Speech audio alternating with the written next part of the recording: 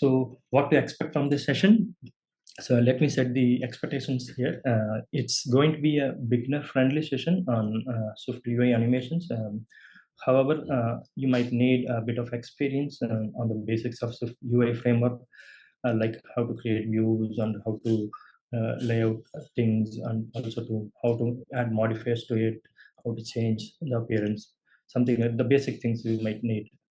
And my primary intention for this session is to introduce various features in SwiftUI animations with some hands-on coding sessions, and also to give you some inspiration to get you started with the animation in your app. So I will show you a full agenda for the session today. So that's the agenda for the session today. So we will talk about why we should use animation in our apps. Then we'll talk about the different types of different ways of adding animations in SwiftUI. Then with some animation options and view transitions. Then we'll go ahead with the customizing some of that animations. We'll learn more animation techniques from some of the advanced animation techniques. And apart from that, then we'll check, we'll see what is the alternative approach to adding animations to our app. That also we'll check here. Then we'll end up with some best practices and resources. So that's the agenda for today. There is a lot to cover. So without further ado, let me get started with that. So why animation? So animation gives an extra boost to your app. I hope everyone will agree to that. So animations are like movies. So movies are nothing but a series of images put together, perceived as a motion picture. Similarly, animation is a series of frames or state changes put together forms an animation. So with animations, you can enhance your user experience. Like we can provide an instant feedback to the user's action, and we can indicate a particular state change in the screen so that the user will be aware about it. And we can also improve the navigation effects between the screens. So these small little animations make your app stand out from other similar apps in the market. So that's the reason we should use animations in our app.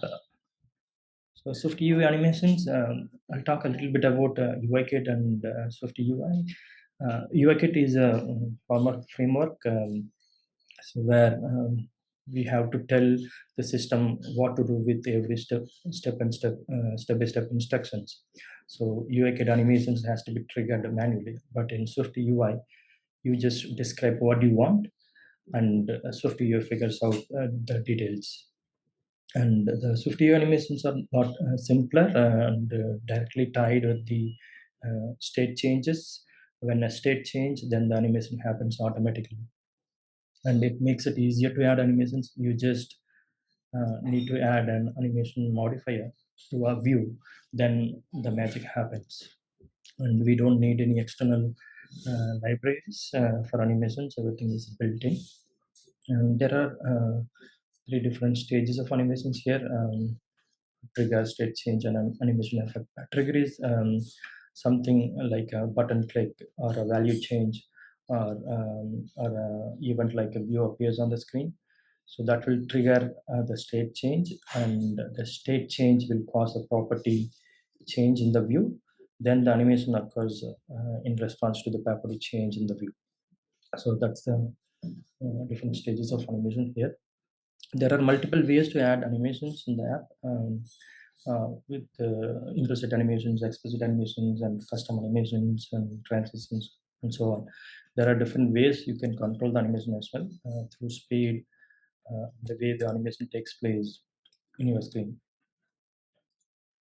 So now let's look at the implicit animation.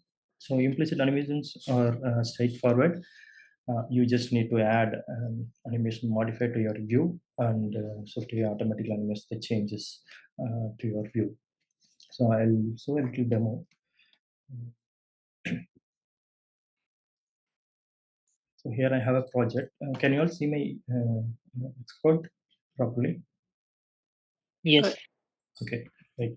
So here we have a demo project, and I have a series of views, some basic skeleton views here to demonstrate the animations here. So let's start with the implicit animation. Let me declare a state variable here.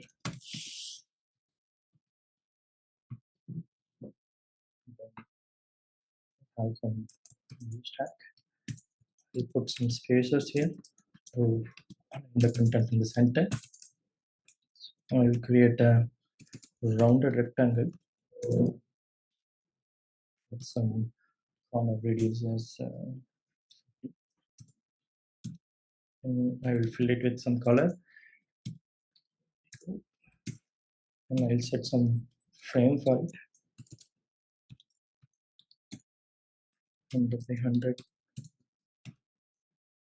So we have a rounded rectangle on the screen now, and so I'll have some animation button here to trigger the animation. So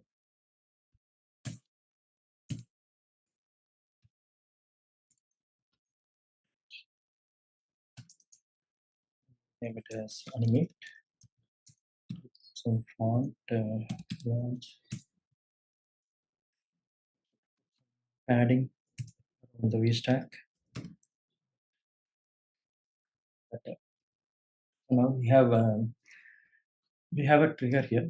This is a trigger, and this is a state change, and that part is the animation effect that we are going to apply on this rounded rectangle.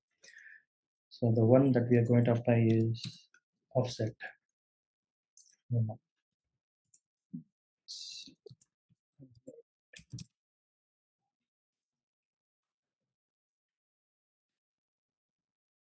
We're going to trigger the animation. So we are going to make a state change here.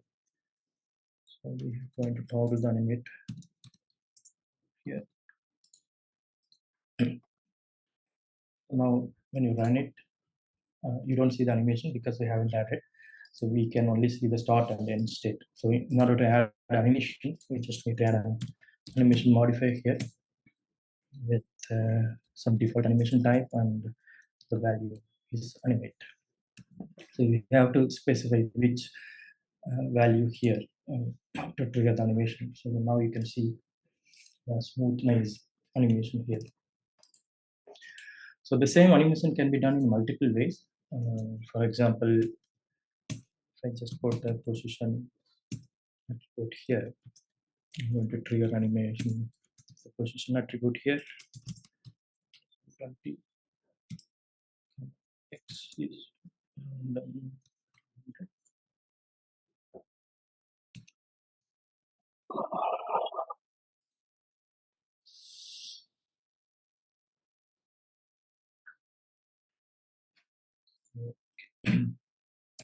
This would be something like 100 I put.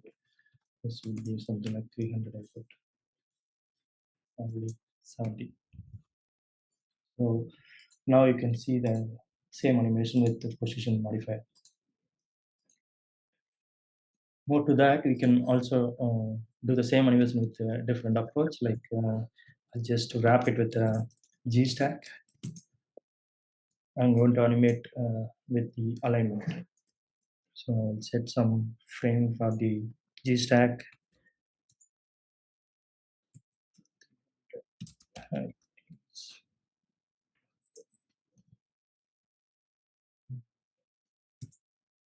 Put some color here. We expand the view.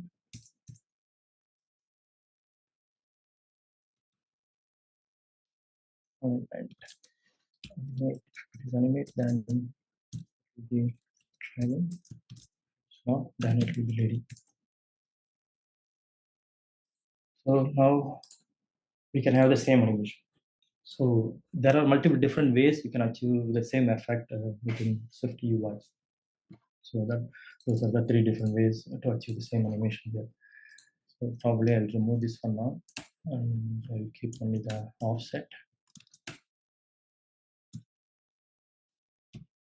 Yeah, keep offset animation here. So now we can modify other little modifiers here to change the animation. For example, this color.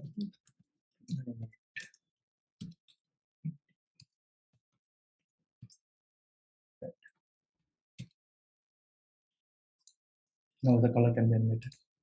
Similarly, there are a lot of other properties like scale effect. If I want to scale it,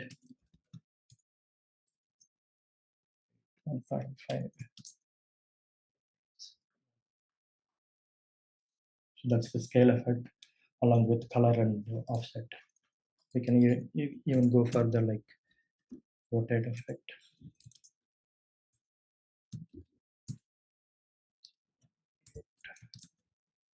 Put some, I'll rotate it for 190 degree. You can see nice little animation with all these properties. So there are multiple properties that can be animated with the same value. And also another thing to note, this value can be anything. It need not be the animate value here. For example, if I can declare another trigger here,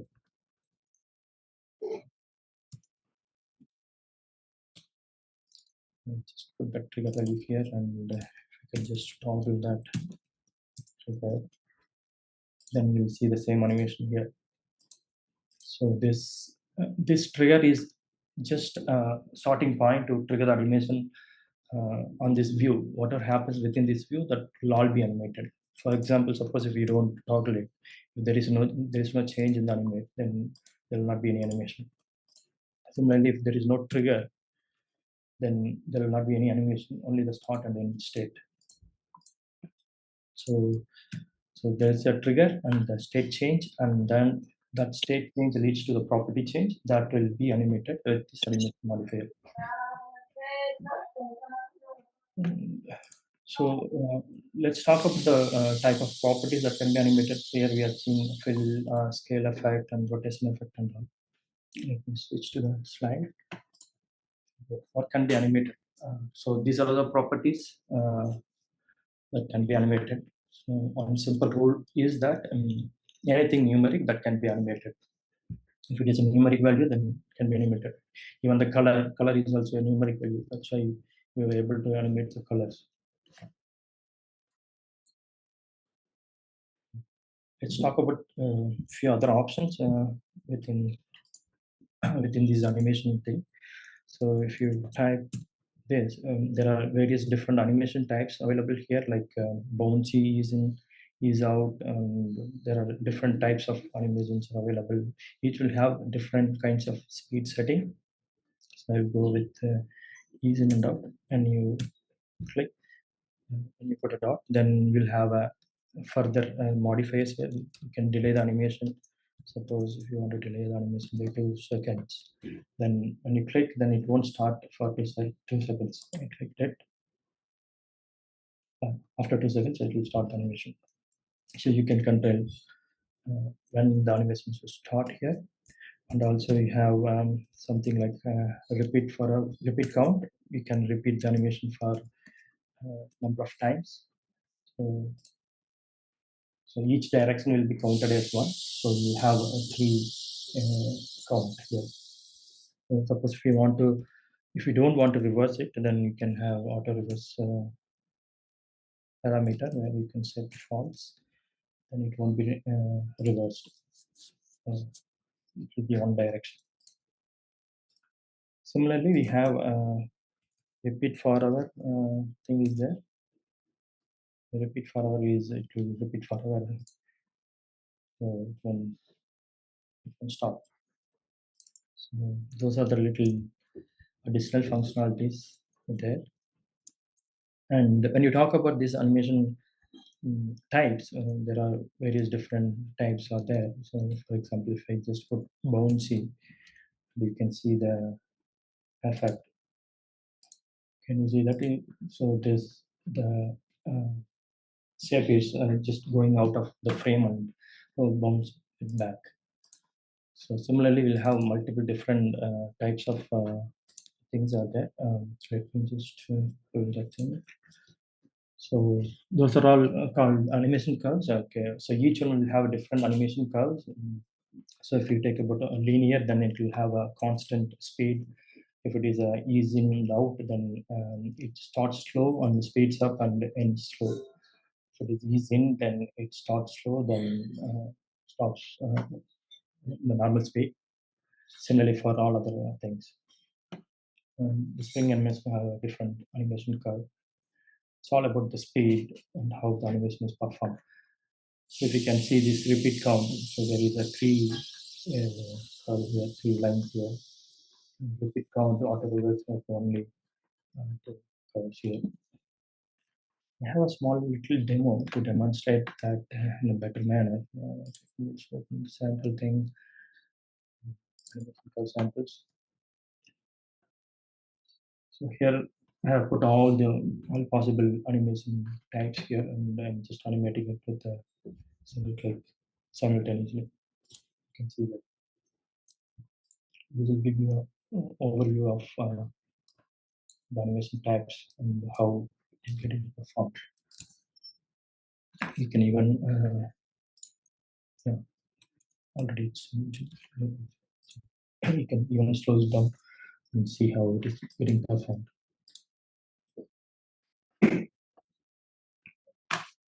So that's about it. And so now we'll see about explicit animation. Explicit animations give you precise control of the time and effects. If you want to do the animation on a specific condition, then we can use with animation function. I will show you a quick demo.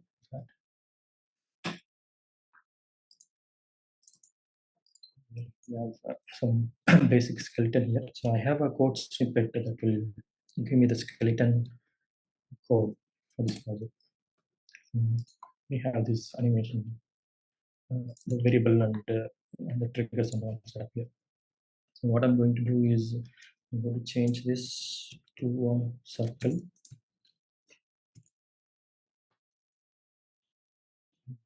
I'll remove this button now. I'll add an overlay and put the line over the circle.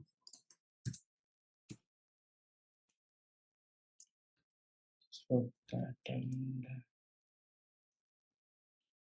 I'll put some stroke.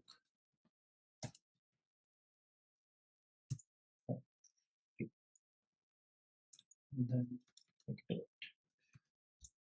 a white line around the circle. Now, so I want to animate scale effect.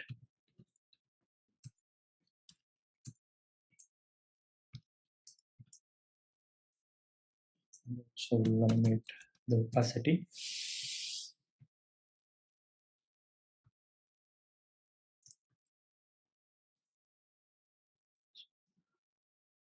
So we need some sort of a trigger here. So I can attach a trigger with on tab gesture here. And if you tap on the circle, then it will be animated.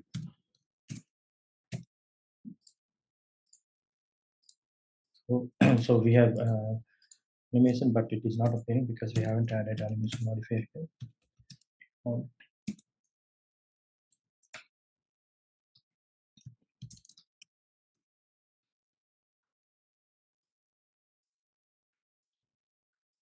That's a little animation here. So now I don't want to.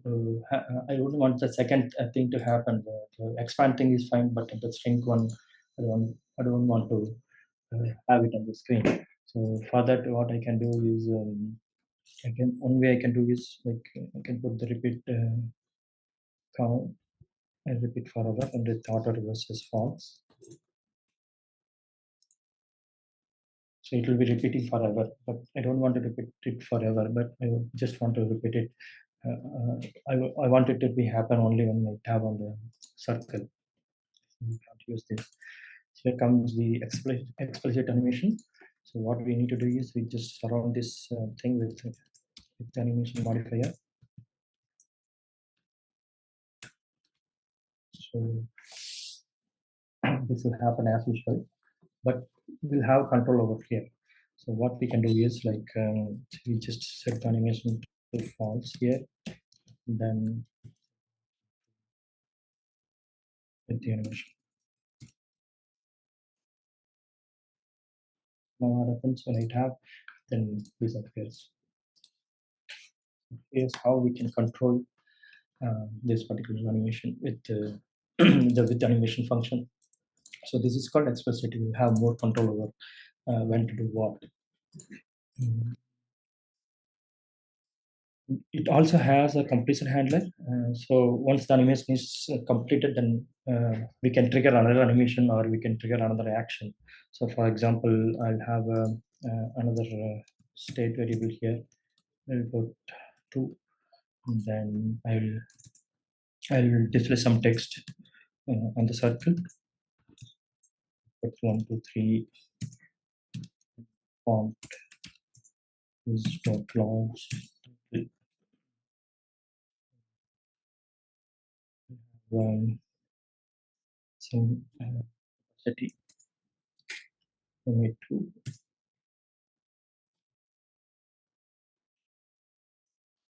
0. So use completion code, then we can toggle that. Okay.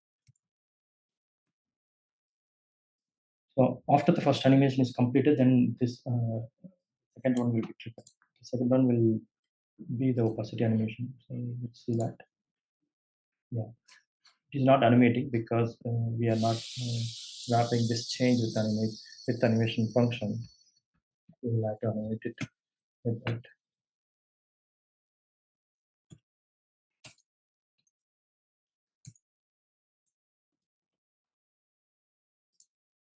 Now you can see the opacity animation here. So that's how we can chain the animations. With this thing also, we can chain multiple animations as well. So uh, and also, so there is another example here.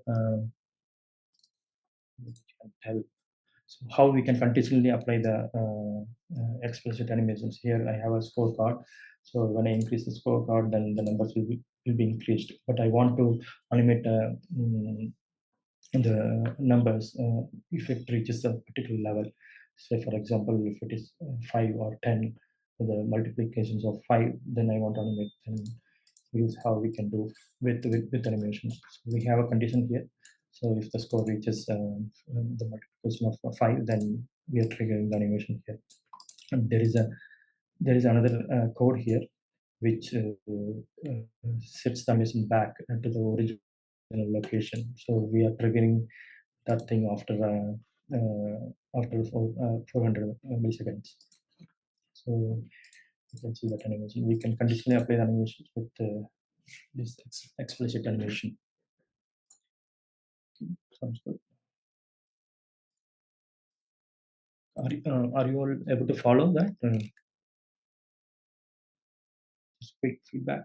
Yeah, good. All good? Okay, thanks.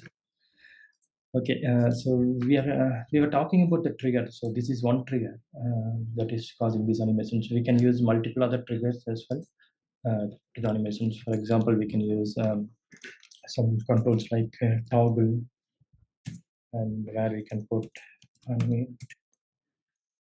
There we go. Is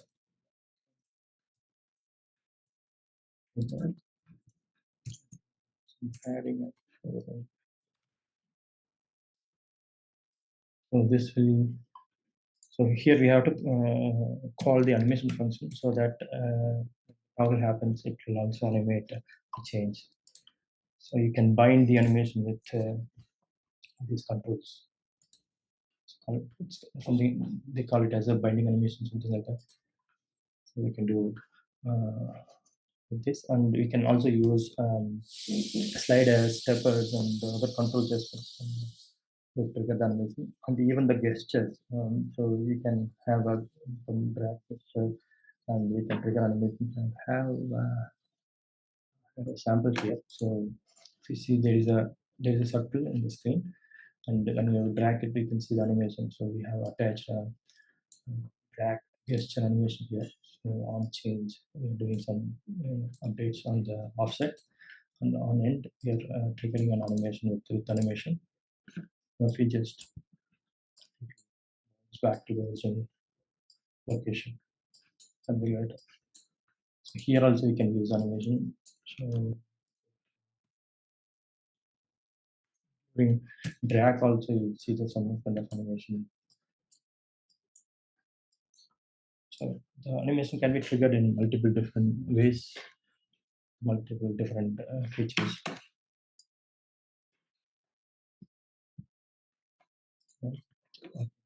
Next up is view transitions.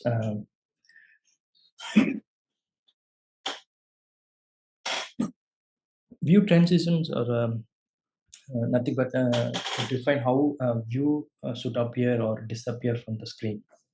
When a view appears, then we can have control over how we can make it appear on screen. So let's see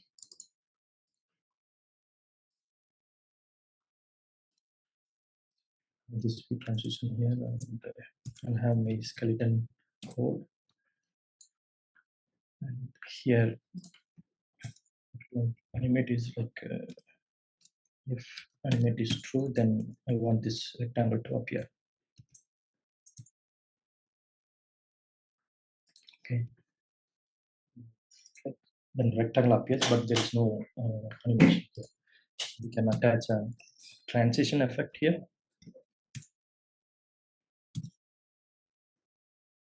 Okay, so it won't animate because we have to attach animation modifier as well to that, or we have to use explicit animation here. Either we can,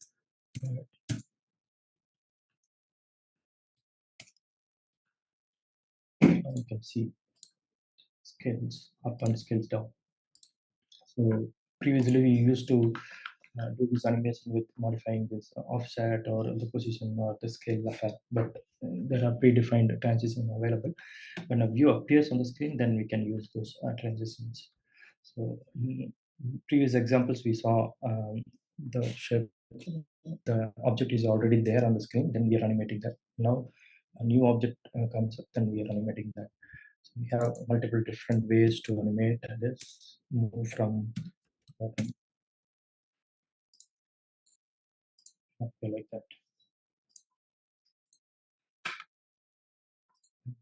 I have a sample for this. So probably many of you have seen this on the LinkedIn post. So I have this food related transition effect here. So we have a food emojis here. All these emojis are here, and I'm just looping that images and displaying it in a text view. And then I'm applying transition. So let me just put this one simple transition here. And I'm attaching an animation modifier to the G stack, and the trigger is here. So I'm changing the current index. So whenever the index is getting changed, then I'm displaying the particular uh, item on the screen. So the previous one will disappear and the new one will appear. So we'll see a nice animation like this. There will be two transitions here, disappear and appear.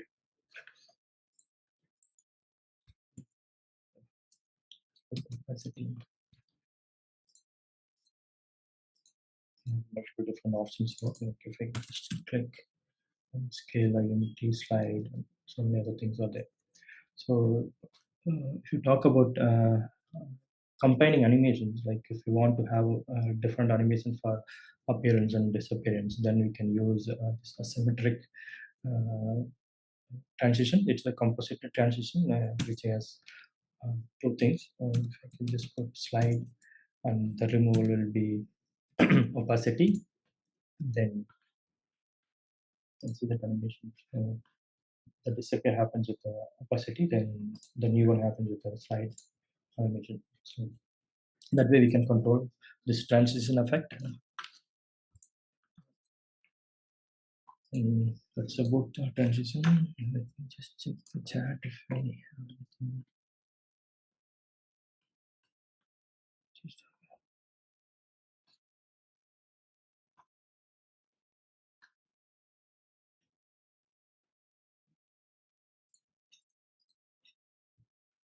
next one is okay. Now we can see some of the ways that we can customize these animations. So first thing is the animation curve. So we have seen the different types of animations like ease in and out and linear and other things and all. So we can customize our own curves. So custom timing curves. So Swift UI gives us control over how the animation movement should take place. I can just show you a demo.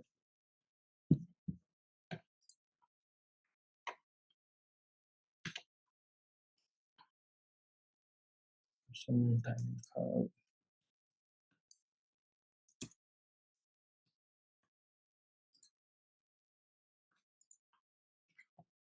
Let me just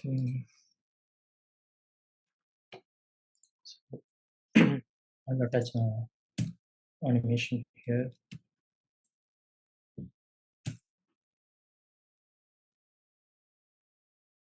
Uh, we'll have a bones animation here.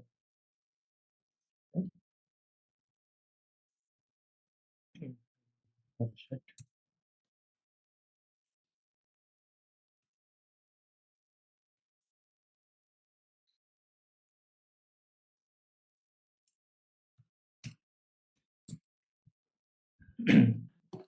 So we have this animation.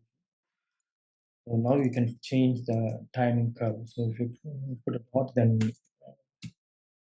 can have this timing curve thing that you can customize. So, there are 4 different values.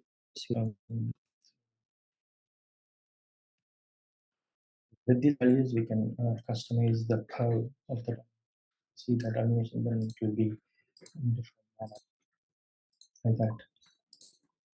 So even you can create your own animation function that you can use it. For example, you can extend animation class, add your add, um, animation something like that.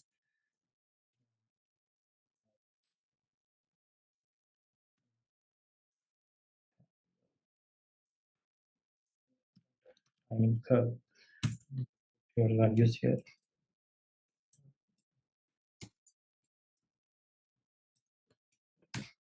0. So you can use this pounds thing here. You can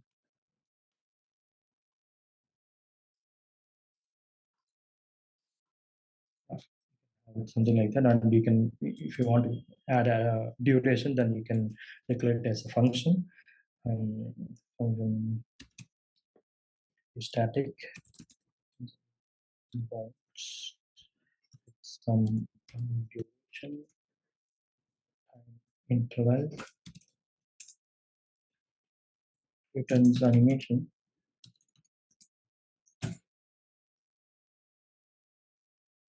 Or same thing with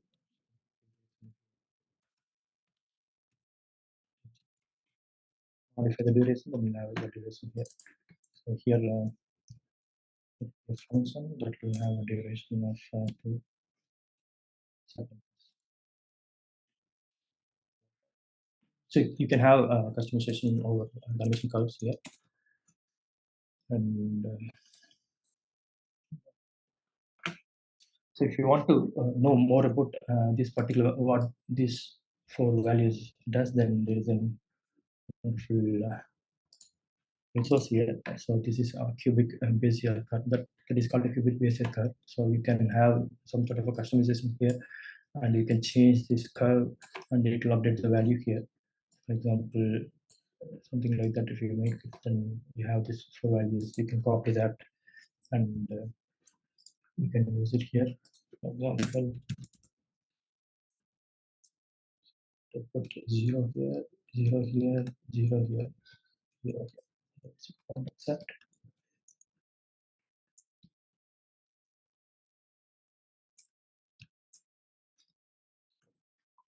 Because that the animation will change commonly.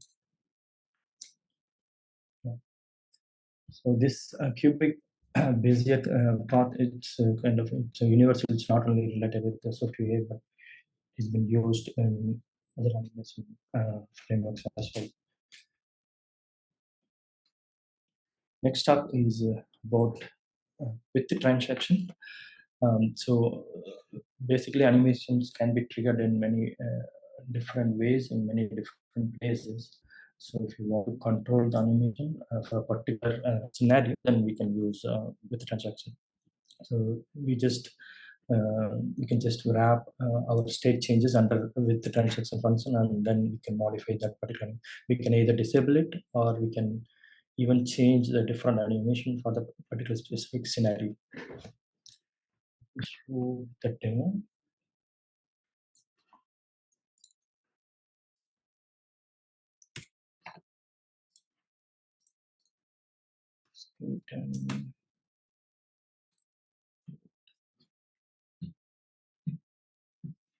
So I'll have some sort of scoreboard here, text.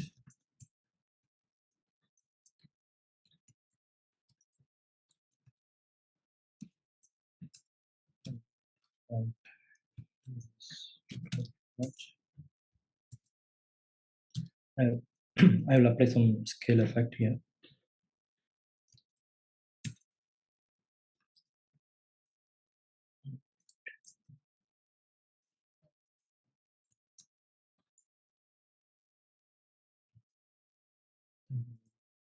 I will touch on animation modifier. Some default animation.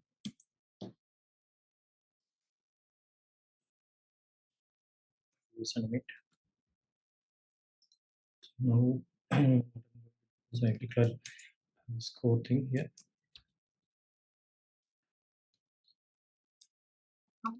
So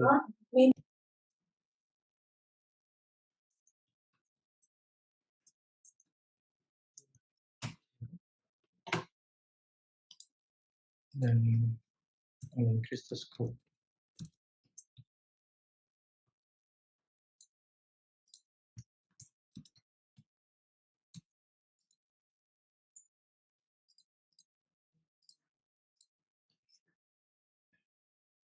Pretty okay. So if you want to make that, there is a expansion and shrink animation for each score update. So now you want to have some sort of a condition where you want to only animate the odd numbers. How we can do? We already have a animation modifier here, so that will animate whatever the change has been happened with this animate functionality. So here we can use with the transaction.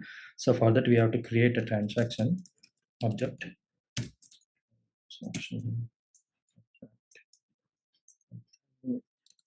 we can set different values for the transaction object. So we'll pick up this disable animation. We'll run section. And so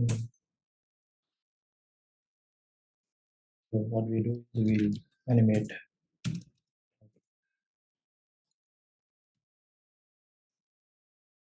just run this. What will happen? There will not be any animation here. So we completely cut down the animation here. Even though we have animation modifier here, so we are controlling the animation with this transaction thing.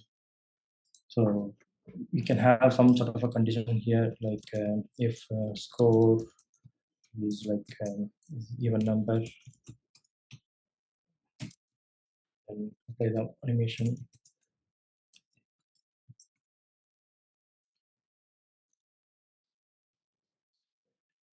And now we have a conditional thing. So half of the things will be animated and other half will not be animated. So here, so odd numbers will be animated, and even numbers will not be animated. We can have control over the animation, and we can also define animations dynamically. Suppose if you want to make the even number animation with the different animations, then we can just use Put some bouncy thing here. Then put the animation thing here. This will be one type of animation. Another next thing will be a different type of animation. You can either disable it and you can either add animation. So if you want to disable the existing animation, you have to use this. If you don't use this, then this will not take place. So you have to disable the existing animation, then you can put a new animation, or you can completely disable animation for certain scenarios. So the transaction is useful in that particular thing.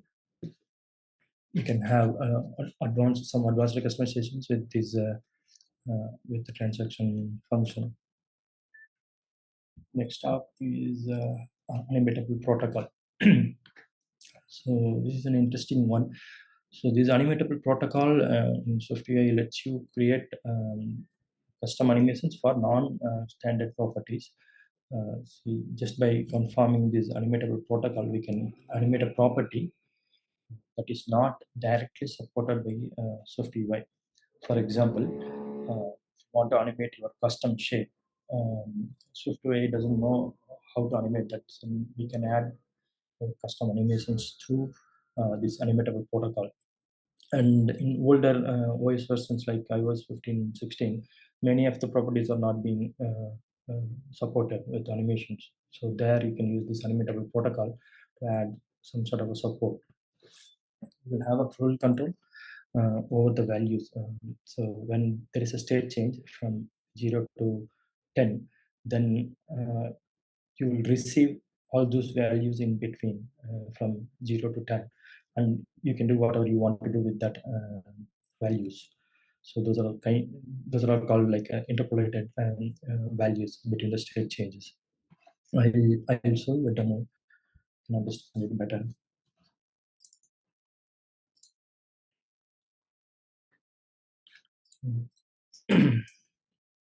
Here we have something that's built in code.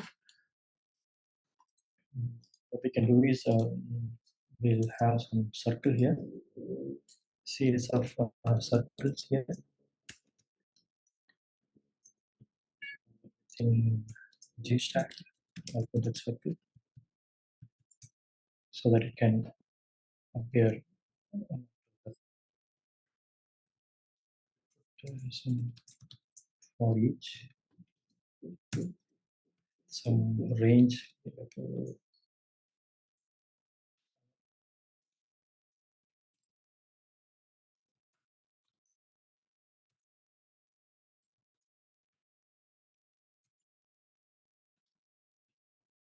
What I'm going to do is I'm going to animate the Z index of this circle.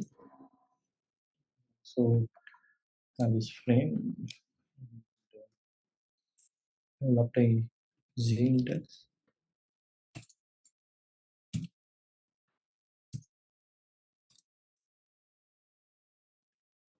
I think it has to be double. Then I'll put some offset so that we can see all the circles. Uh,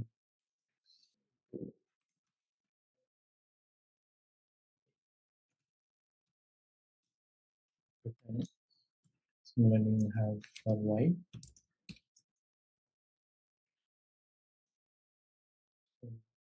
We can see all the circles, but it's all in the same color. We'll put some different color for each of the colors. For the color array here,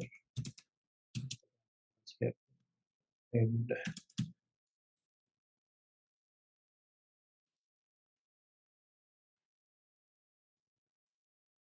then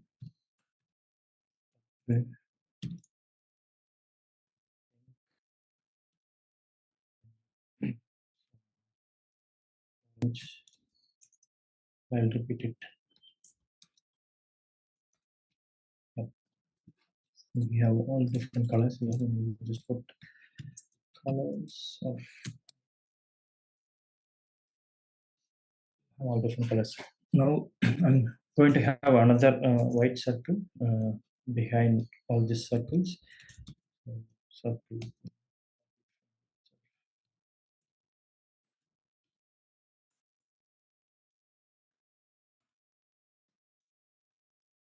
to be a white circle. So we have put some little bit bigger circle. And then G index, I want to animate the G index so that see, we have this animation thing. So everything is set now. If I run it should animate because G index is a numeric value, so it should animate, but it doesn't animate because G index is not supported by SwiftUI. So what we can do is we can use this animatable protocol to add support to the G index thing. So for that, I'm going to declare a new view modifier, G index modifier that extends view modifier protocol. So that we have body to be declared, contact.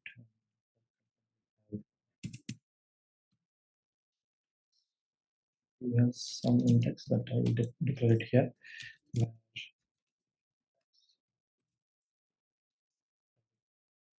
We have this view modifier, and we'll create an extension for that modifier to apply it on the view. So we'll create a function like new G index of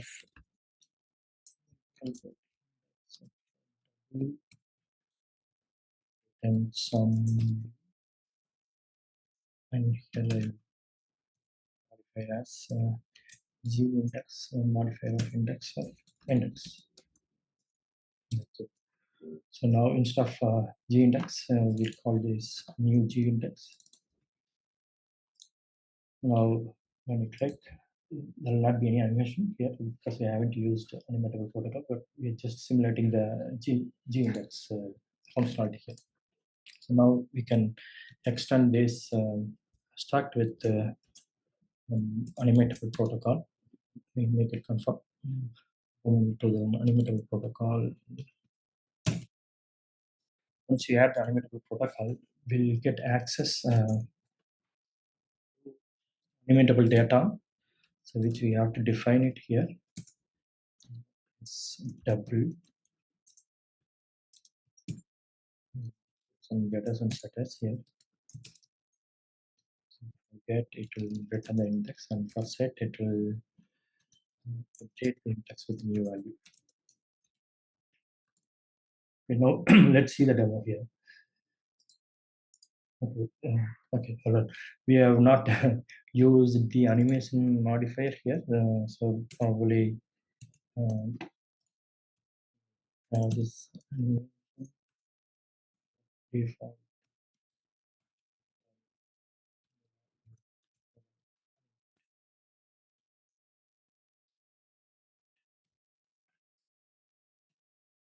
Probably we'll test it without using. Uh,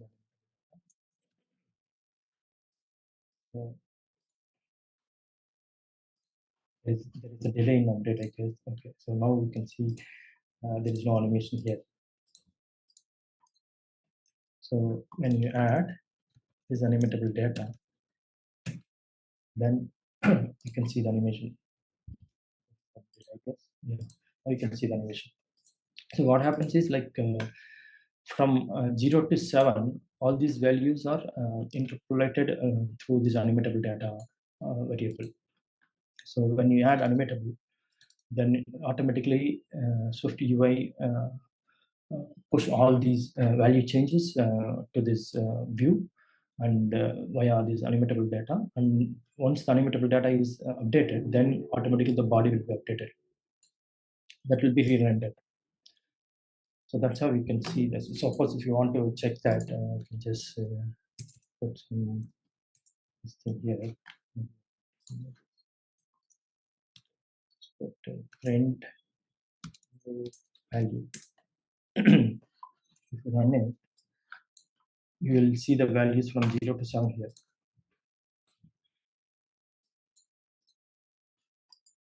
See, all these values are interpolated from SwiftUI. If you use this animatable protocol, then yeah, you'll get all these values and you can do whatever you want to do. So once these values are updated, then SwiftUI automatically re-renders this whatever there in the body. That's why we are seeing this as an animation. See it as an animation here. That's the concept behind animatable protocol.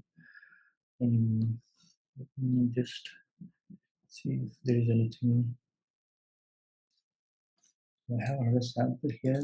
Maybe okay, you have seen this sample on the LinkedIn post. So we have a custom shape here.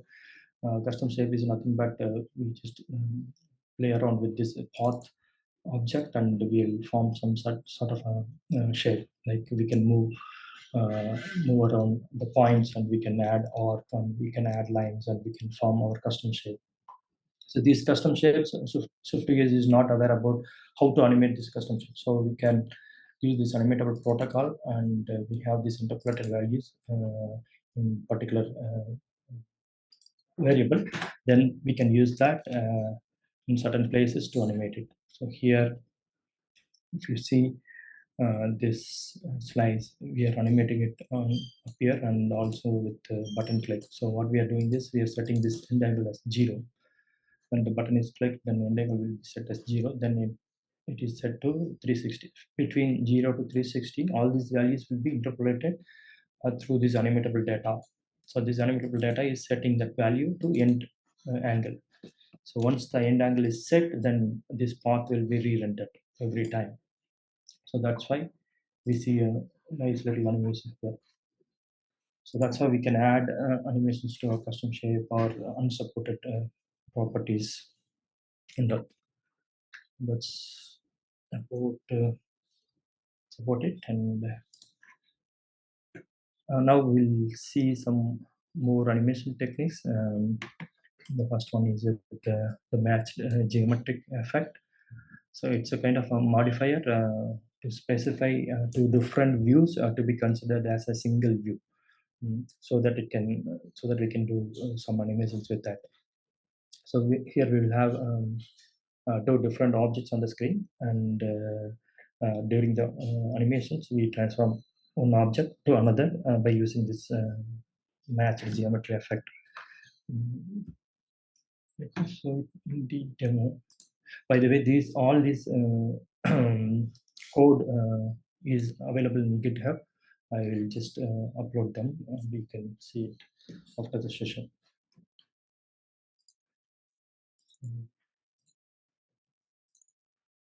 Okay, so we have this thing here. We have a skeleton code here. So what I want to do is I want to switch between two objects.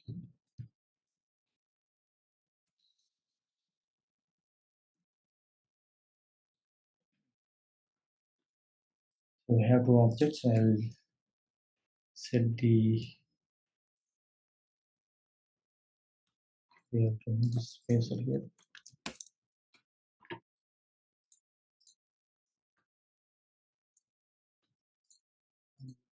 I'll set the offset for this particular thing.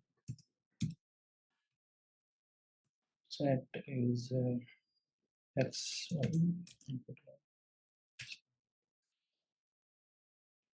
So we have two objects here, like with the animate flag we are displaying on specific code. Then there is a two different rounded rectangles here. So if you want to animate that, then with the animation,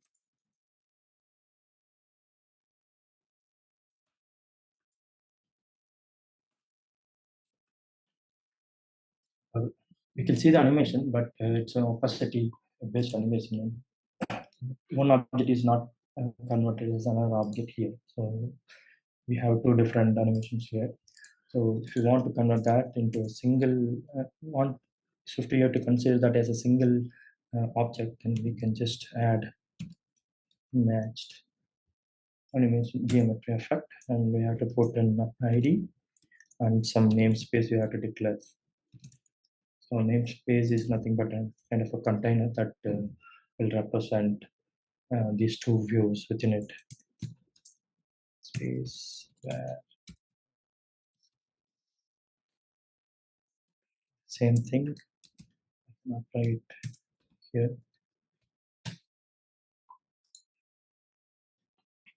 Okay. Now let's see that. So one object is moving towards another object. It's being converted as another object. So that's the power of matched geometry effect. You would have seen this animation in many apps, like there will be some sort of a list. There will be a product displayed on the list, and when you click on that product, then that product will be enlarged as a big one. So that is being done with this matched geometric effect. You can even change the width. It will automatically animate that width. So that's about matched geometry effect. I have a sample for that. You have seen that sample in the LinkedIn post. So this is about the tab bar. So what I have is I have three different tabs, and I'm looping that and rendering it as a button there with some background with rounded rectangle. So this rounded rectangle is being attached with this matched geometric effect, so that this when you click on the search, then this can move there. Suppose if you want use that, then the default animation will be like that, fades out and new one will comes up. But if you change this geometry effect, then it will move towards the next one.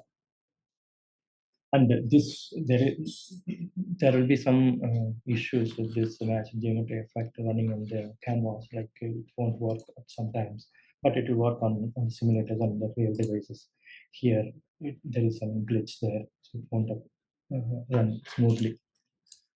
So you can just run it on the simulator. The moment I'm not opening the simulator because it will take some time, but it will work fine with the simulator. Okay, next up, animating a custom shape. Okay, so I'll have skeleton code.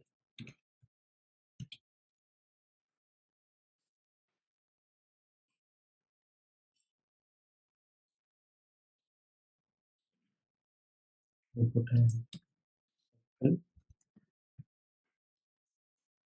I'll do some animation with the trim modifier, building up the circle with some stroke. Line it as 3.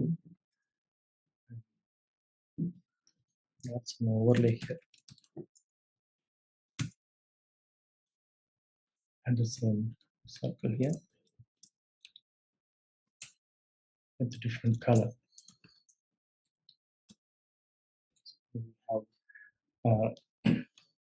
overlay of a red circle here. So if you apply some trim animation, trim effect here. So trim is nothing but you can trim the particular shape with the from and to values.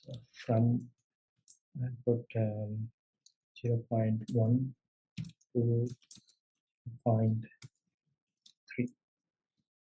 So you can see that.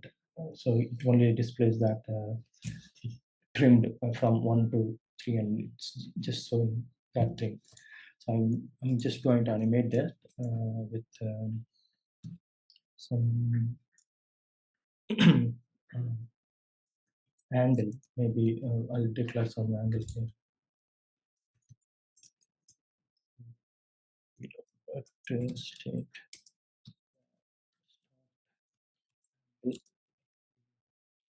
CG float. So the end angle CG float with this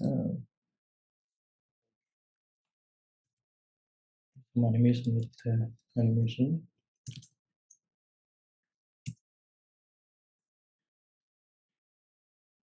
So we put here for a duration of 1.5 seconds, and I also attach repeat forever with auto reverse.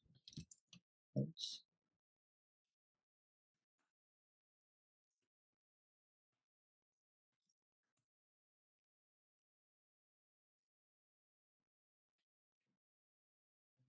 start angle. Start will be 0.0 and end will be 1. With the start and end thing here.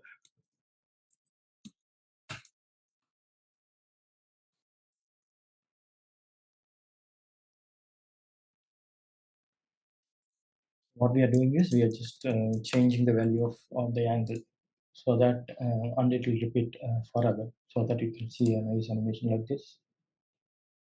Yeah. So that is a kind of a nice animation, and you can apply this particular animation with your custom shape. I have a shape thing here which looks like a hot beat. So let me pull that hot beat shape here. So that's a custom shape here. I just played around with the path object and added some lines and things like that. So it will look like a heartbeat animation, heartbeat shape. So I'll replace that with heartbeat shape. Similarly with circle, and I'll have some 200 and 200 things like that to make it look big. Now the same animation happens on the custom shape like that. I'll see this animation. So you can make any type of animation with you can make any type of custom shapes and you can animate it with this, and there are multiple other properties that you can use. We can use animatable protocol. With that you can animate these shape changes. So it's one thing to know. And stuff is about animation with masking.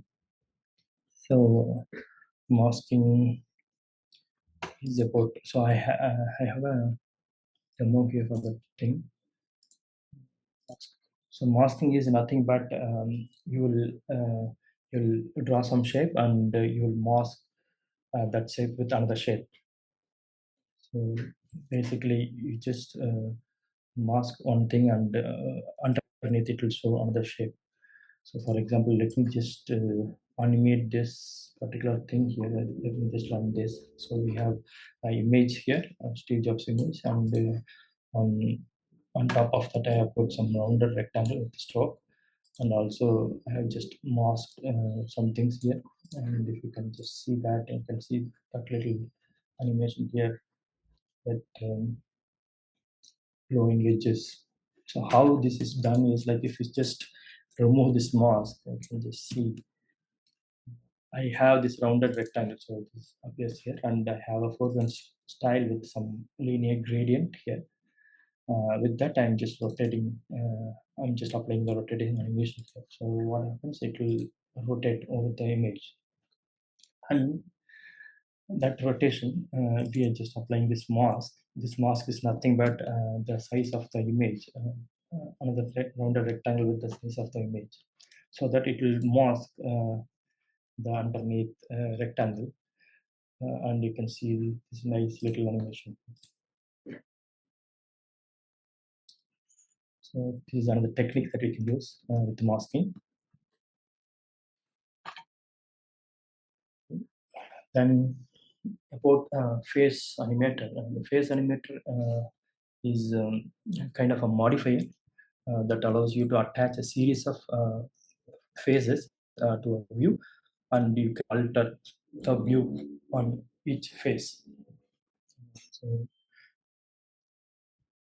for the demo here, so if you see the face animator here, you can see you can attach the face animation to any view. So you are attaching the face animator, and you have to define the faces here, and there should be some trigger here. If you don't put the trigger, then it will be animating forever. have some trigger here, and that will give you the content of this main content and these phases. So on each phase, how we can modify this content is up to us. Like here with the foreground style, with if the phase is one, then I'm upping it in blue. If phase is two, then it is red and green. So for each phase, I'm changing the color here. Similarly for the scaled effect, just animate that. You can see there's one, two, and three phases here. One, two, three. So you can have multiple different phases and multiple different modifiers here based on the phases, and also you can change the animation for each phase. Here we'll have a phase thing, and you can apply. You can put a switch statement here, and you can apply different animation for each phase. So that's another thing to know. Face animator. This has been introduced in iOS 17. It's pretty new, but it's very powerful, and we can do many things with this face animator.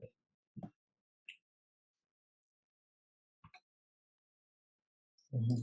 Absolutely. Okay. Here comes another ultimate thing about adding animations to your app. So far we have seen all about SwiftUI related animations. This one is a little different. So this is by using the Lottie files, we can add animations to our app. So Lottie files. So So if you go to this lottifiles.com, then you can see many different animations. There are premium animations and there are free animations here. You can use them in your app. So this is being defined with some JSON data. With the JSON, these animations happen. So this has been developed by Airbnb. So they have released some SDKs for iOS. What you need to do is you just need to uh, get this GitHub repo and go to your Xcode package dependencies, and just need to add that thing, copy that, paste it, and you get this Lottie animation. This SDK, you just need to add this SDK to your project. I have already added it, so it comes like this. Once you have that SDK in place, then you can grab some of these animations. You can just go here and here, and you can just download it, and save it locally. And there are multiple different formats available.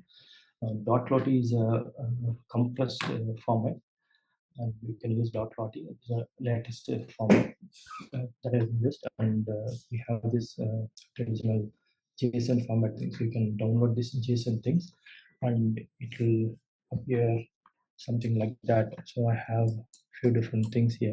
Tick and landscape. It's a JSON data with so many numbers and things like that. So these are the input for that animation. With this, that Lottie framework will animate the change, animate file. So let me show the demo here. Here it is. So what you need to do is you need to import this Lottie framework, and then we just need to use the Lottie view, and it has some parameters like we have to specify which uh, thing you want to animate here. So whatever you download, that you have to put it here. Then you have some playback mode and the progress and loop, other things. You can play once and you can play forever, something like that. So once you put that, then see the animation. So all these complex animations, you can just add it in your app just like that. If you want to switch, then you can just switch with other landscape and run it. All these animations. You can add these animations in your app instantly. That's about it. And yeah, so we have come to the best practices. So what are the kind of best practices that we can follow while adding animations to your app? So First thing is keep animations meaningful, like have a clear purpose for that animations. Like if you want to provide a visual feedback to the users, or if you want to guide your users' focus on, on the changes on the state, or if you want to improve the navigation, you just need to have a clear purpose for that animations, and you need to avoid overusing the animations because excessive use will be distracting for the users. It may lead to performance issues as well, and then we'll have to test across devices. Animations might look different on older devices. You make sure you test those animations in all the devices. And the chaining animations, we can use it whenever needed for the complexity. And then respect users accessibility settings. Um, that's a very important point. So users have a setting in their mobile, like under accessibility, they can set to reduce motion. That means they don't want to see many animations on their app. So we have to respect that. We have to check before triggering any animations. We check whether that particular motion, reduce motion is set. If it is set, then we should avoid or we should minimize the animations. For example, I have a small sample here. I think here it is. So if you see that,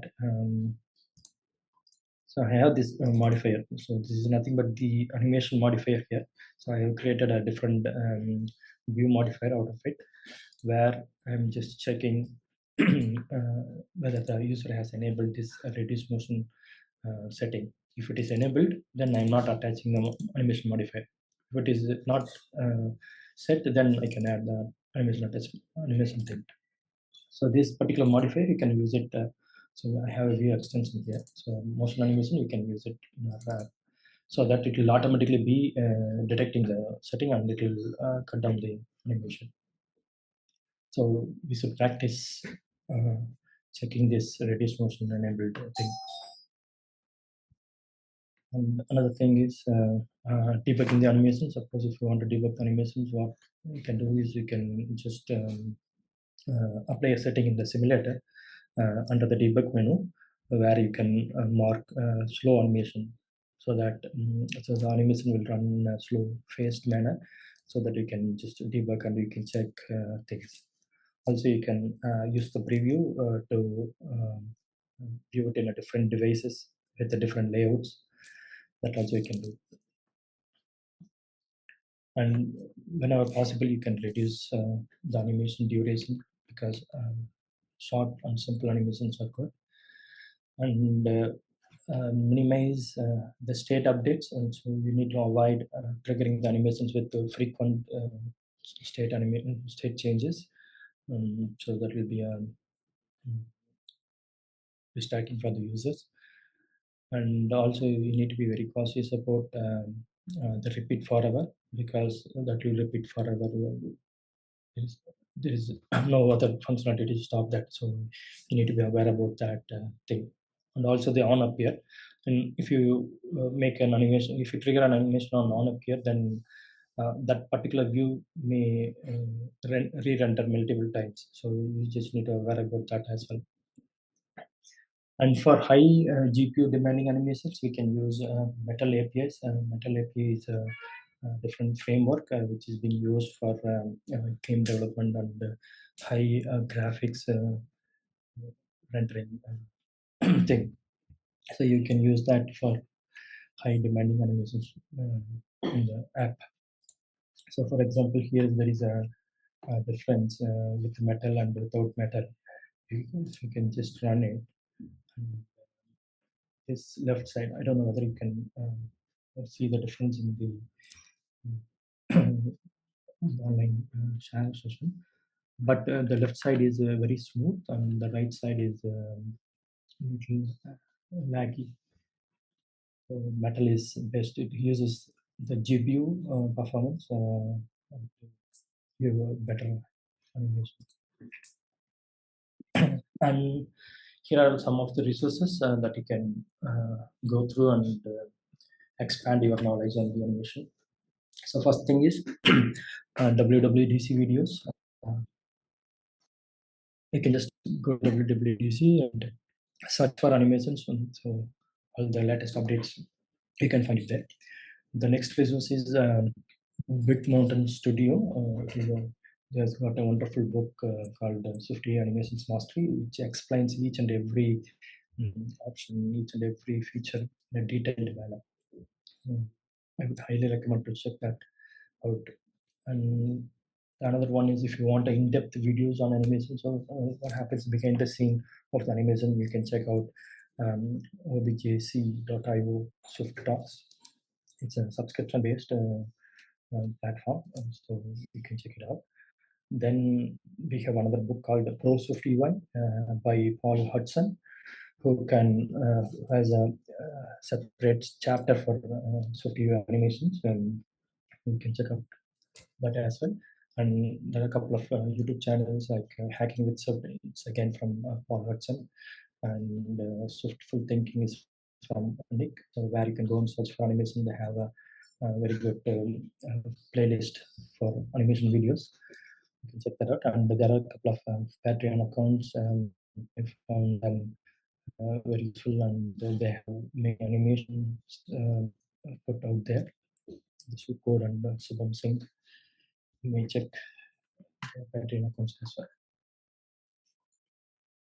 So now, overall summary. I'll just go through what we have seen in this session. First, we saw the introduction to the animations and how Swift animations are behaving. Then we saw the implicit animations where we explored various animation options, animation curves, and all. Then we controlled the animation with the explicit animations, and we moved on to the view transitions. Control how the view should appear or disappear on the screen. After that, we customized some of the animation curves. We created our own animation curves, and with the transaction, we disabled animations. And with the animatable protocol, we added animations to unsupported properties and also to some shapes, custom shapes. Then with advanced animation techniques, we saw how we can animate with custom shapes and how we can use masks and natural geometry effect and face limiter and all. And finally, we saw some best practices and resources to improve knowledge. So that's the overall summary of the session. Yeah, that's that's it for the today's session. So all this code that we have seen here that will be available on this GitHub. I will just commit that now. I'll just commit it.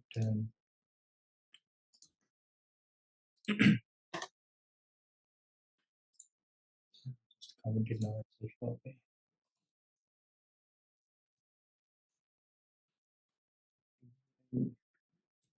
So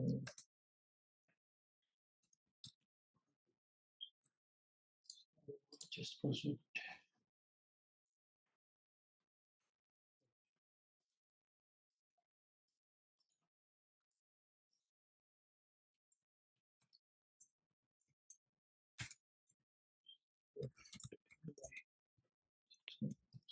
So, stage on.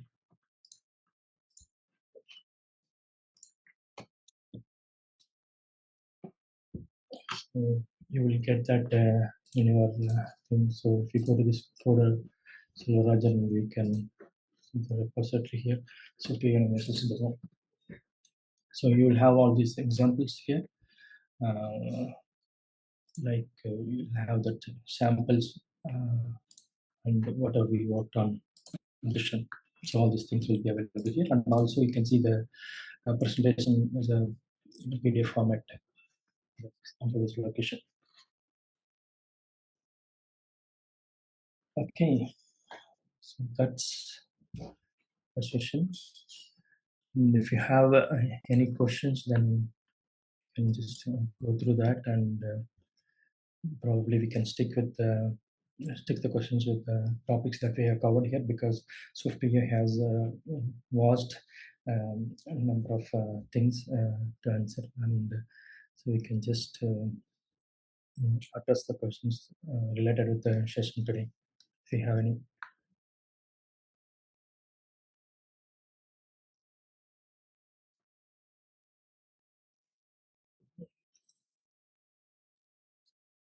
So yes, I think this session will be recorded and it will be shared to everyone.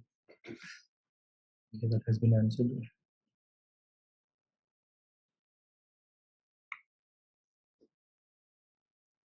Yes, Pradeep, Paul, you're right. The state property should be declared as private. You're right. So I just used it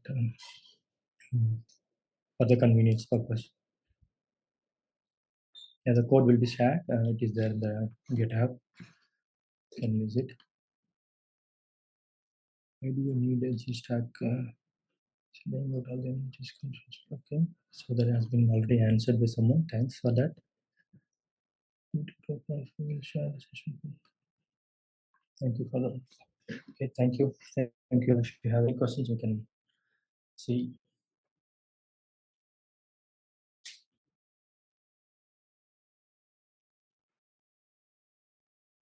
So I think nobody has a question. Cool. And yeah. So thank you so much, Selvarajan, right? For Thanks a lot for this opportunity, Arjun. Thank you. this Thank is you really for planning great this. lesson and we get a really good insights. Yeah. So thank you so much. And thank you so much everyone for joining this today's event and make this possible. Yeah, thank you. Thank you for yours. Thank you. Thank you, sir.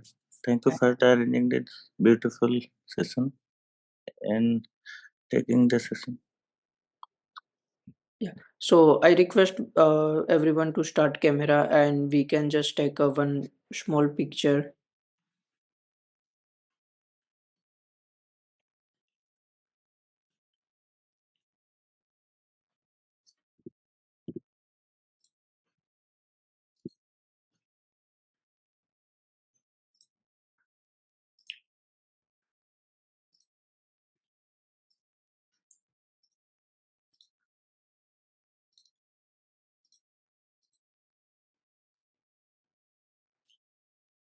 Ratnesh, can you please hide this screen so we can take a picture?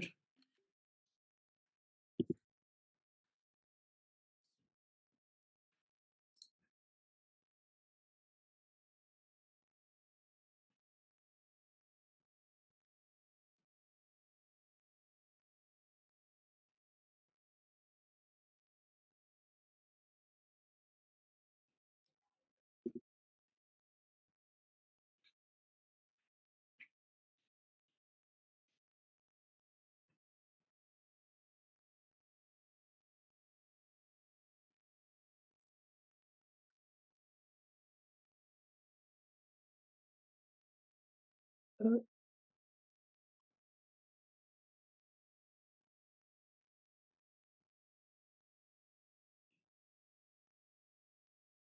yeah. Thank you so much for Thank you, joining. everyone. Bye. Bye.